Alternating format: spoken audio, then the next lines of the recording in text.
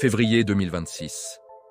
La mer des Philippines est d'un calme plat, mais sous la coque du navire d'exploration de Secret 404, l'inconnu nous attend.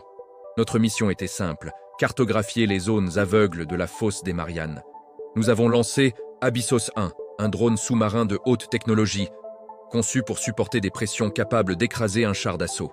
À mesure que le drone s'enfonçait dans les ténèbres, le silence devenait lourd. À 11 000 mètres, l'obscurité est totale. Soudain, les écrans de contrôle ont vacillé. Un son pur, une fréquence constante de 7 Hz, a transpercé les haut-parleurs. Ce n'était pas un bruit naturel, c'était un battement. Un signal intentionnel émanant du point le plus profond de la Terre. L'agitation a gagné le centre de commande. Nous avons envoyé une impulsion sonar pour vérifier la structure du sol, mais ce qui est revenu nous a glacé le sang. Les ondes ne rebondissaient pas normalement. Elles revenaient modifiées, sculptées. C'était le phénomène des ondes réversibles. Pour chaque signal envoyé par l'homme, une réponse symétrique revenait du fond. Les graphiques sur nos écrans dessinaient des formes géométriques parfaites, des fractales impossibles à cette profondeur. Nous avons compris l'effroyable vérité. Quelque chose en bas nous écoutait, apprenait notre langage technologique et nous répondait en temps réel.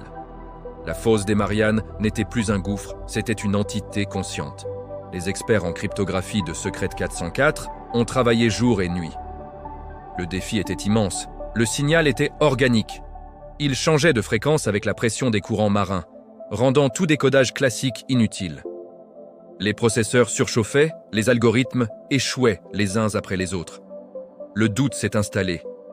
Et si nous n'étions pas censés comprendre? Mais après 3 semaines de lutte, en utilisant la résonance des cristaux de sel comme clé de déchiffrement, la triangulation a parlé.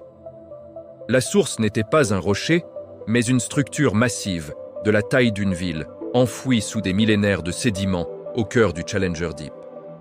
L'origine du signal était localisée, mais son message restait une énigme terrifiante. Pour découvrir le secret, il fallait descendre. L'équipe a exigé des moyens sans précédent. Nous avons construit une sphère en titane pur, renforcée par du graphène, capable de résister à une pression de 1000 bars. Puisque les ondes radio sont étouffées par l'eau, nous avons